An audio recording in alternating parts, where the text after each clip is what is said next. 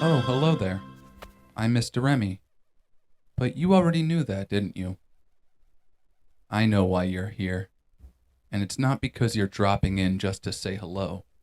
It's because you want to hear the story of the Treaty of Verdun. Well, you're in luck, because I've got it right here. Once upon a time, the Carolingian Empire ruled over most of Western Europe.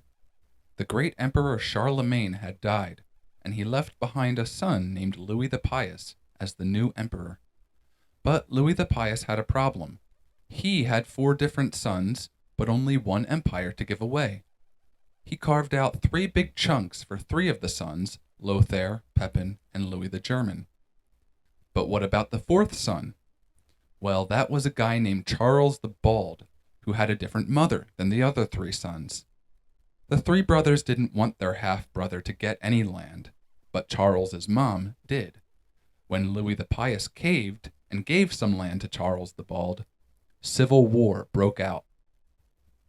The three brothers, Lothair, Pepin, and Louis, locked their dad in a monastery, then battled it out with Charles. But then Pepin and Louis got a bright idea to betray Lothair, and they freed their dad so they could get more land. But when Louis the Pious got let out, he didn't really do anything to punish any of his sons. Eventually, one of the brothers, Pepin, passed away. Louis the Pious thought his problems were solved. He could take the land he was going to give Pepin and give it to Charles instead. But it didn't really solve anything.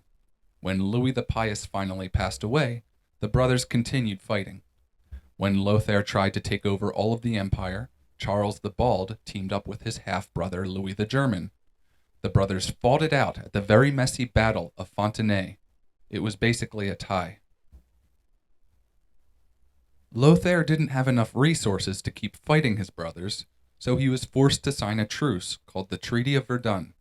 It split up the humongous Carolingian Empire into three main kingdoms.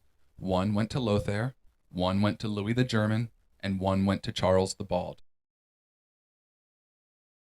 Charles's kingdom became the Kingdom of France, and Louis's became the Kingdom of Germany.